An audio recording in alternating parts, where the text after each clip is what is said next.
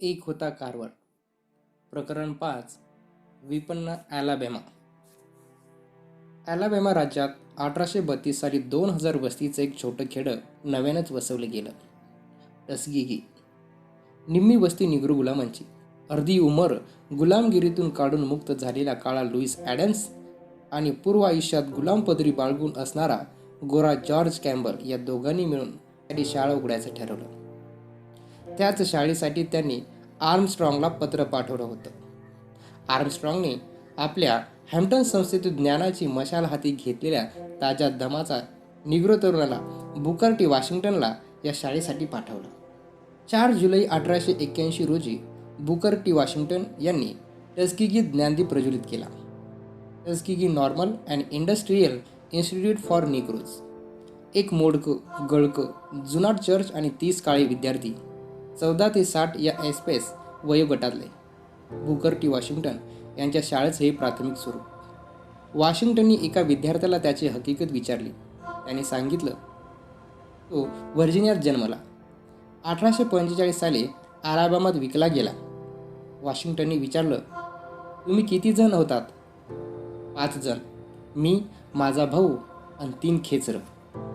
आपल्याला नुकत्याच मिळालेल्या स्वातंत्र्याचा उपभोग कसा घ्यावा याची कल्पना निग्रो समाजाला नव्हती. अज्ञानाचं भयानक ओझं झुंगारून देऊन साधं सरळ सहज जीवन कसं जगावं याचं शिक्षण त्यांना मिळणं आवश्यक होतं. ही जबाबदारी आपल्यासारख्या पदवीधरांची आहे याची जाणीव उराशी बाळगून वॉशिंग्टन यांनी कंबर कसली. पद्धतशीरपणे काम पार पाडत राहण्याची, टप्प्याटप्प्याने ज्ञान आत्मसात करण्याची सवय या विद्यार्थ्यांना लावणं भाग होतं. गुलामीत कष्टच केले, आता मुक्त झाल्यानंतर ज्ञानार्जन करताना कष्ट करण्याची गरज काय असं म्हणणं म्हणजे सत्याला समोर जाण्यास नाकारणं. उज्ज्वल पूर्वेतिहासाचं पाठबळ नाही, जिद्दीने जगून नाव रोशन करावं असं मागे घराणं नाही. पूर्वजांचा धागा आईच्या मागे पोहोचत नाही. ही स्थिती आमच्या वंशजापासून तरी बदलली गेली पाहिजे. त्यांना घराणं मिळालं पाहिजे, कुटुंब मिळालं पाहिजे, अभिमान वाटावा असे पूर्वज आमच्या रूपातून मिळाले पाहिजे. आमच्याकडून त्यांना ज्ञानाचा वारसा मिळाला असं त्यांना अभिमानानं सांगता यावं. ही जबाबदारी आमच्यासारख्या पदवीधरांची आहे. राजकारणाचा मोह टाकून मी टस्केगीत दाखल झालो ते याचसाठी. 1881च्या अखेरीस वॉशिंग्टनने टस्केगी खेड्याबाहेरची 100 एकर जमीन $500 विकत घेतली. अर्थात पैसे भरले आर्मस्ट्रॉंगने. वर्षभरात विद्यार्थ्यांच्या संख्या 50च्या घरात गेली. वॉशिंग्टन यांचं स्वप्न 50 पटीने वाढलं. त्या 50 विद्यार्थ्यांना हाताशी घेऊन त्यांनी 100 एकर जमिनीवर आपलं स्वप्न उभारण्यास सुरुवात केली. गुलामगिरीत, मग ती आर्थिक असो की सामाजिक, राबण्यापेक्षा उत्तमोद्धारासाठी पडतील ते कष्ट उपासण्यात प्रतिष्ठा आहे हे आपल्या विद्यार्थ्यांच्या मनात बिंबवण्यासाठी त्यांनी स्वतः हातात कुदळ फावडं घेऊन धडे घालून दिले. मुळाक्षराबरोबर धंदे शिक्षणाचे पाठ त्यांना गिरवायला लावले. सुतारकाम, कुंभारकाम, गाद्या तयार करणं, चपला शिवणं, विटा भाजणं इत्यादी कामात त्यांनी आपल्या विद्यार्थ्यांना तयार केलं. विटांची भट्टी उभी करणं त्यांना बरेच दिवस साधत नव्हतं. अनेक प्रयत्न झाले, सारे फसले. पैशाची ओढ गस्त तर 5वीला पुजली. शेवटचा निकराचा प्रयत्न करण्यासाठी आपलं मनगटी घड्याळ गहाण टाकून वॉशिंग्टन यांनी पैसे उभारले. भट्टी जमली, पण घड्याळ गेलं ते कायमचंच. पण याची खंत कुणाला? शाळेच्या विद्यार्थ्यांनी भाजलेल्या विटातून शाळेच्या विद्यार्थ्यांनी वॉशिंग्टन यांच्या मार्गदर्शनाखाली उभारलेली भव्य वास्तू पाहून सारी पंचक्रोशी टिपली. स्वतःच्या हाताने उभारलेल्या वास्तूत राहण्याचं भाग्य त्यांना प्रथमच लाभत होतं. पण ही इमारत उभी करताना त्या साऱ्यांना किती कष्ट आणि किती उपासमार सहन करावी लागली होती. कधी अन्नधान्याचा साठा अपुरा म्हणून, तर कधी रांधण्यासाठी जमवलेला लाकूड फाटा वीटभट्टी तापवण्यासाठी वापरला जाऊन, कारण ते आद्य कर्तव्य ठरलं होतं. अन्न न शिजू शकल्याने उपासमार, पण जिद्दीने पेटलेल्या विद्यार्थ्यांनी त्याची तमा न बाळगता इमारत उभी केलीच. या शाळेतील विद्यार्थ्यांनी विटा भाजण्यामध्ये एवढं प्रावीण्य मिळवलं की इतरत्र त्यांना मागणी येऊ लागली. त्यांनी बनवलेल्या गाद्या, चटया अलाबामाच्या निरनिराळ्या बाजारात दिसू लागल्या. शाळेत तयार होणारा माल या ठिकठिकाणच्या बाजारपेठातून पोहोचवणं सुलभ होण्यासाठी वाहतुकीचं साधन म्हणून खटाऱ्याची आवश्यकता होती. खटारे विकत घ्यायला शाळेकडे पैसे नव्हते, पण वॉशिंग्टनने जिद्दीने हाही प्रयोग सुरू केला. या खटाऱ्यांनाही बाहेरून मागणी येऊ लागली. पूर्व आयुष्य गुलामीत घालवलेल्या एका गुलामाने चाकू काठी बनायला शिकवलं. लुईस ॲडमने पत्र्याच्या वस्तू बनायला शिकवलं. वॉशिंग्टनचा भाऊ जॉन हाही हॅम्प्टन इन्स्टिट्यूटचा पदवीधर याने मधुमक्षिका पालन विभाग सुरू केला. मुलांच्या थाळ्यात मध वाढला जाऊ लागला. श्रम, शारीरिक कष्ट ही एवढी एकच गोष्ट निग्रोकडे विकण्यासाठी होती. त्यांच्याच आधारावर त्यांना आपलं अस्तित्व टिकवता येणार होतं. गोऱ्यांच्या बरोबरीने त्यांना हक्क मिळवायला हवे होते. हे हक्क निग्रो निश्चितच मिळू शकणार होते यात शंका नव्हती. पण त्यासाठी आधी त्यांना आपलं अस्तित्व टिकवणं आवश्यक होतं. समानता भोगण्याची लायकी वाढवणं आवश्यक होतं. आयुष्याच्या गरजा भागवण्यासाठी अंगी कसब हवं, कौशल्य हवं, विनिमयाचं काही साधन हवं, आयुष्य समृद्ध करणारी कामगिरी अंगी हवी. उच्चभ्रू समाजाची भ्रष्ट नक्कल म्हणून कॉमर्स, बँकिंगचा अभ्यास करणारे पुस्तकवीर वॉशिंग्टनला नको होते. त्यांना होते समाज घडवणारे शिक्षक, अंत्योदयासाठी कटिबद्ध होणारे पदवीधर. त्यासाठीच त्यांची धडपड चालू होती. टस्किगी संस्थेत सुरू झालेल्या हे आमच्या गरजातून पुढे आले होते. आमचा समाज स्थिर होण्यासाठी अशा उद्योगधंद्याची आम्हाला आवश्यकता होती. जे जे करणं आम्हाला शक्य होतं त्यासाठी आम्ही इतरांसमोर कधीच हात पसरले नाही. निग्रो शाळा टस्कीतील गावकऱ्यापासून कधीच फटकून राहिली नाही. आपला स्वतः सुभा बनवून राहिली नाही. वॉशिंग्टन आपल्या कृतीने व उक्तीने गावकऱ्यांना जाणून देत की शाळा व गाव परस्पराच्या सहकार्यानेच वाढीस लागतील तर त्यात दोघांचाही फायदा आहे. टस्किगी निग्रो शाळेमधील शिस्त वाखाणण्यासारखी असेल. कोणत्याही बेशिस्तीला वॉशिंग्टन थारा देत नसत. त्यामुळे गावकऱ्याच्या मनात हळूहळू या संस्थेने स्वतःसाठी आपुलकीचं स्थान निर्माण केलं. अमेरिकेतील दक्षिणकडच्या इतर गावांपेक्षा टस्किगीला थोडीफार सुबत्ता लाभायला कारणीभूत होती ती ही शाळा. या शाळेतील विद्यार्थ्यांच्या कष्टाने वाढू लागलेला व्यापार उदीम, श्रमाला प्रतिष्ठा देऊन कष्टणारी टस्किगी शाळेचे विद्यार्थी. शिक्षणविषयी ओढ असणाऱ्या कोणत्याही वयाच्या मुलाला पैशाअभावी बिनमुख व्हावं लागू नये म्हणून वॉशिंग्टन यांनी अशा मुलांसाठी रात्रीची शाळा सुरू केली. दिवसा काम, रात्री विद्यार्जन. दिवसाचे 10 तास शाळेच्या आवारात सपाटून काम केलं की रात्री शिक्षण मोफत मिळेल. ज्याला शिक्षणाची आच असेल तो या कष्टातून तावून सलाखून निघे आणि शिक्षण आत्मसात करेल. शिक्षणासाठी घेतलेल्या कष्टाचा मोबदला त्या गरजू विद्यार्थ्याला गादी, कपडे, पुस्तके इत्यादी स्वरूपात देण्यात येईल. उरलेला पैसा शाळेच्या बँकेत जमा होईल. दिवसाच्या शाळेची सोय लागण्या इतका पैसा त्या विद्यार्थ्यांच्या खाती जमा झाला की त्या विद्यार्थ्यांची रात्रीची शाळा बंद होऊन त्याला दिवसाच्या शाळेत जाता येईल. अशा कष्टणाऱ्या विद्यार्थ्यावर वॉशिंग्टन यांचं विशेष आस्थापूर्वक लक्ष असे. त्यांच्या पालनपोषणावर ते जातीने लक्ष ठेवत. कष्ट करून शिकणाऱ्या मुलांचा शिक्षणाकडे ओढा राहील याची दक्षता ते घेत. टस्किगी शाळेची शिक्षण पद्धती अगदी मूलगामी होती. स्वच्छतेच्या बाबतीत तर बिलकुल हयगय नसे. शारीरिक स्वच्छता आवर्जून शिकवण्यात येईल. स्नान कसं करावं, दात कसे घासावेत, कपडे कसे धुवावेत, कसे वापरावेत इत्यादी विषयांचा शिक्षणात समावेश असे. सुप्रभाती 5 वाजता पहिल्या घंट्याला विद्यार्थी उठत. शेवटची घंटा रात्री 9:30 वाजता होई. दिवसभरात एकूण 17 घंटा होत आणि प्रत्येक वेळेची घंटा निरनिराळ्या कारणासाठी असे. पहिल्या घंटेला उठून आपापली खोली साफ करून विद्यार्थ्याला न्यायरीसाठी भोजनगृहात यावं लागेल. थाळीत वाढलेला पदार्थ संपवावाच लागेल. सुरुवातीच्या काळात या थाळ्या भरण्यासाठी शाळेच्या स्वयंपाकगृहात पदार्थाची वानवच असे. तो भाग वेगळा, पण शिस्त म्हणजे शिस्त. तर या टस्किगी निग्रो शाळेचे सुरुवातीचे दिवस हे कसे उपासमारीचे, अपार कष्टाचे आणि अडचणीवर मात करणाऱ्या अदम्य जिद्दीने मंतरलेले होते. वॉशिंग्टन यांच्या जबाबदाऱ्या अगणित होत्या. या शाळेच्या बाबतीत त्यांना मनोदय त्यांची स्वप्न ज्यांनी ऐकली होती त्या सर्वांनी अशा प्रकारची शाळा प्रत्यक्षात अवतरणं अशक्य ठरलं होतं. वॉशिंग्टन जाणून होते की या उपक्रमात त्यांना अपयश आलं असतं तर ते अपयश वैयक्तिक न ठरता अखिल जाती बांधवाचं, संपूर्ण निग्रो समाजाचं दुर्दैव ठरलं असतं. होतो तिथे परतण्याची नामुष्की पत्करण्याची वेळ आली असती. ही नामुष्की टाळण्यासाठी त्यांना आपल्या रक्ताचं पाणी करावं लागलं. आपल्या विद्यार्थ्यांना बाहेरच्या जगात अवहेलना, हेटाळणी सहन करावी लागू नये म्हणून वॉशिंग्टन यांनी त्याचं व्यक्तिमत्व विकसित करण्यावर भर दिला. आपला दर्जा राखण्याचं काम आपणच केलं पाहिजे ह्याची जाणीव विद्यार्थ्याच्या मनात सतत जागृत ठेवली. कारण इतर शाळांप्रमाणे या गोष्टीवर लक्ष ठेवणारे गोरे शिक्षक या शाळेत नव्हते. निग्रोंनी निग्रोसाठी चालवलेली शाळा होती ती.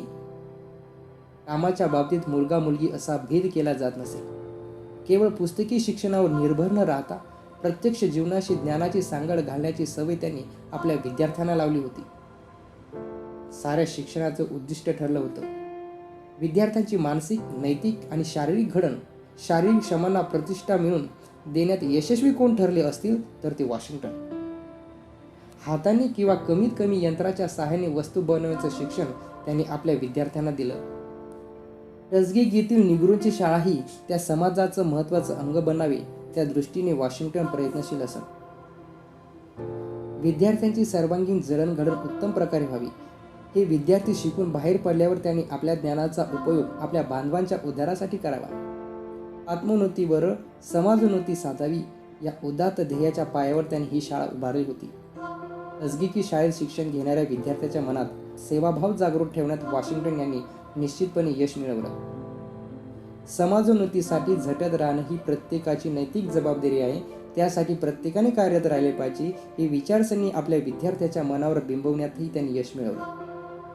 आपल्या विद्यार्थ्यासाठी, समाजाच्या भावी पिढीसाठी अहोरात्र कष्ट करणाऱ्या वॉशिंग्टन यांच्या प्रयत्नास फळ न येतं तरच नवं. या संस्थेत शिकून तयार होऊन बाहेर पडणारा प्रत्येक विद्यार्थी वॉशिंग्टन यांच्या ध्येयासक्तीने भारावलेला असेल. तो उराशी एक स्वप्न घेऊन बाहेर पडेल, मीही एक अशीच शाळा उभारेल. आपल्या समाजासाठी 15 वर्ष सातत्याने कष्टणाऱ्या वॉशिंग्टन यांच्या कामगिरीची कदर म्हणून हार्वर्ड युनिव्हर्सिटीने त्यांना सन्माननीय डॉक्टरेट देऊन त्यांचा गौरव केला. या 15 वर्षात शाळेच्या परिसरात 40 इमारती उभारल्या गेल्या. या साऱ्या इमारती विद्यार्थ्यांनीच उभारल्या होत्या, आपणच तयार केलेल्या विटा वापरून. डॉक्टर वॉशिंग्टनना 1895 साली Atlanta cotton state and international exposition समारंभानिमित्ताने प्रथमच भाषणासाठी पाचारण्यात आलं. एका निग्रोला जाहीरपणे गोराच्या सभेत व्याख्यानासाठी बोलावलं जात होतं. साऱ्या राष्ट्राच्या चर्चेचा विषय झाला. व्यासपीठावर गोऱ्या पुढाऱ्यांच्या मांडीला मांडी लावून हा काळा शिक्षक बसणार आणि तोही राष्ट्राध्यक्ष क्लिव्हलँड यांच्या समवेत. अघटितच होतं ते सारं. डॉक्टर वॉशिंग्टनना आपल्या जबाबदारीची जाणीव होती. साऱ्या देशाची प्रतिक्रिया ते जाणून होते. सत्व परीक्षेची वेळही पुऱ्या तयारीनिशी ते ॲटलांटाला गेले. त्यांच्या भाषणाचे पडसाद देशभर उमटले. निग्रो बांधवाची तळमळ, धडपड, त्यांचे प्रश्न, त्यांच्या अडचणी जाहीरपणे लोकांसमोर आल्या. भातृप्रेमाला आव्हान केलं गेलं. त्यानंतर अनेक ठिकाणी त्यांना भाषणासाठी जाण्याचा योग आला. ज्यांना निग्रोविषयी, त्यांच्या उत्कर्षाविषयी आस्था होती ते स्वतःहून डॉक्टर वॉशिंग्टन यांच्या काळाला हातभार लावण्यासाठी पुढे आले. अनेक भाषणातून निधी उभारला गेला. स्वतः डॉक्टर वॉशिंग्टनने व्याख्याने दौरे काढले, आपल्या अडचणी लोकांपुढे मांडल्या. टस्केगी शाळेचं कार्य लोकांसमोर आणलं. टस्केगी शाळेसाठी आर्थिक मदत मिळवली. एक अमोघ वक्तृत्व शैली असणारा वक्ता म्हणून त्यांचा बोलबाला झाला. तसंच शिक्षणाचा नवा अर्थ लावून दाखवणारा, मानवसुजान बनवणारा एक शिक्षण तज्ज्ञ म्हणून त्यांची ख्याती झाली. सतत 15 वर्ष अविश्रांत परिश्रम घेणाऱ्या डॉक्टर वॉशिंग्टन यांच्यावर एका बाबतीत मात्र हार मानण्याची वेळ आली होती. ते हताश झाले होते. कारण एकट्या डॉक्टर वॉशिंग्टन पुरतं नव्हतं, अमेरिकेच्या त्या दक्षिणकडच्या प्रदेशाला ग्रासू पाहणारं कारण फार फार भयावह होतं. गुलामांच्या व्यापारावर बंदी घालणारा कायदा युरोपीय राष्ट्रांनी अंमलात आणायला सुरुवात केल्यावर दलालांनी अमेरिकेच्या दक्षिणेत अवैध मार्गाने गुलामांचा व्यापार सुरू केला. हे गुलाम म्हणजे आफ्रिकेतील अशिक्षित अडाणी निग्रो. या निग्रोंच्या शारीरिक बळावर दक्षिण अमेरिकेचं प्रचंड कापूस साम्राज्य पोसलं जात होतं. जवळजवळ फुकटात पडणारं मनुष्यबळ आणि कापसाला मिळणारा भरमसाठ भाव या दुहेरी फायद्यामुळे दक्षिणेकडचे गोरे शेतकरी गब्बर झाले होते. घराघरातून सोन्याचा धूर निघत होता. कापूस सम्राट दिवसांनी आपलं धन फुगवत होते आणि आफ्रिकेतून आणलेला निग्रो गुलाम कणाकणाने झिजत होता. झिजता कपाशीचं साम्राज्य विस्तारित होता. कापसाने आणलेल्या अफाट सोबतीमुळे येथील शेतकरी आंधळा झाला होता. कपाशीचा हंगाम संपताच तो गुलामांना जंगलतोड करायला लावून जमीन तयार करायला लावत होता. पुढच्या हंगामात अधिक जमीन कापसाच्या लागवडीखाली आणण्यासाठी जंगलतोडीनंतर जमिनीतील मुळही उकडून जाळली जात. ही आग अपघाताने वेडीवाकडी पसरे आणि उरली सुरली वन संपत्ती स्वाहा करी. कापूस सम्राटांचा हा अदाशीपणा ॲलाबॅमा राज्याला भोवला. झाडांचा समूळ नाश केल्याने होणारे दुष्परिणाम अलाबामाला भोसावे लागले, कारण तेथील जमीन उताराची. त्यामुळे घोंगावणाऱ्या वाऱ्याने आणि पावसाच्या पाण्याने जमिनीचा वरचा सुपीक थर धुवून गेला. जमिनीला पकडून ठेवायला झाडं होतीच कुठे. पर्जन्यमानात बदल झाला. हिमवर्षावाच्या रूपाने मिळणाऱ्या सुखद ओलाव्याला ती जमीन मुकली. आता तिला तोंड द्यावं लागत होतं झोडपणाऱ्या आणि आपल्याला ओरबाडून लुटून नेणाऱ्या पावसाला. अलाबामाच्या सुपीक जमिनीची अतोनात धूप झाली. वनस्पतीचं नैसर्गिक खाद्य समुद्राच्या पोटात वाहून गेलं. मग ही उणीव भरून काढण्यासाठी भरमसाठ किमतीची महागडी कृत्रिम खतं, पोटॅश, नत्र, फॉस्फरिक ॲसिड.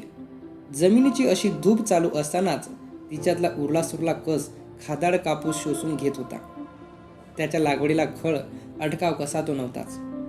जमिनीमागून जमीन, शेतामागून शेत उजाड होत चाललेलं. सारा अलाबामा उजाड झाला, पण पैशाच्या धुंदीने विचारांचं कवड बंद झाली होती. भविष्याची फिकीर करायला कुणी तयार नव्हता. सारे विनाशाकडे स्वतःच्या पायाने वाटचाल करत होते, डॉलर्स डोळ्यावर बांधून. गेले 250 वर्ष निग्रो गुलाम अमेरिकेच्या या दक्षिणेकडील राज्यांच्या समृद्धीसाठी राबत होता, पण जमीन किंवा तिच्यापासून मिळणारे उत्पन्न या दोन्हीलाही तो वंचित होता. मुक्त झालेल्या निग्रोना ठरल्याप्रमाणे प्रत्येक कुटुंबामागे 40 एकर जमीन आणि 1 खेचर मिळालं असतं तर या समाजाचं जीवन थोडं तरी सुसह्य झालं असतं. पण तसं न झाल्यानं तो पोटाची खळगी भरण्यासाठी आपल्या पूर्वीच्याच धन्याकडे अन्नवारी राबत होता. त्याच्या इशाऱ्यावर आपल्या झोपडीच्या उंबरठ्यापर्यंत कापूसच लावावा लागे. कापसाच्या इशाऱ्यावर नाचणाऱ्या दक्षिणेत निग्रोच्या हालाखीला पारावर उरला नाही. कापसाच्या एकमेव लागवडीमुळे अन्नाचा अभाव, त्यात भर जीवापाड कष्टांची. त्यामुळे तो आणखीनच खचला, पिचला, निरुत्साही झाला. कापूस सम्राटाच्या हवेची जळ निग्रोपर्यंत मर्यादित न राहता गरीब गोऱ्या शेतकऱ्याच्या घरात भिडू लागली. कोणी एकेकाळी समृद्ध आणि संपन्न असलेला अलाबामात आता सर्वत्र नजरेला पडत होता तो उद्ध्वस्त दलित समाज आणि धुपलेली निकस जमीन. जमिनीचा कस शोषण करणारी पिकं सातत्याने लावून जंगलतोड करून आपल्याला विनाशाचा मार्ग जणू त्यांनी आखून घेतला होता. सर्व नाशापासून अलाबामाला नव्हे, साऱ्या दक्षिणेला वाचवण्यासाठी कोणातरी तारणहाराची नितांत गरज होती.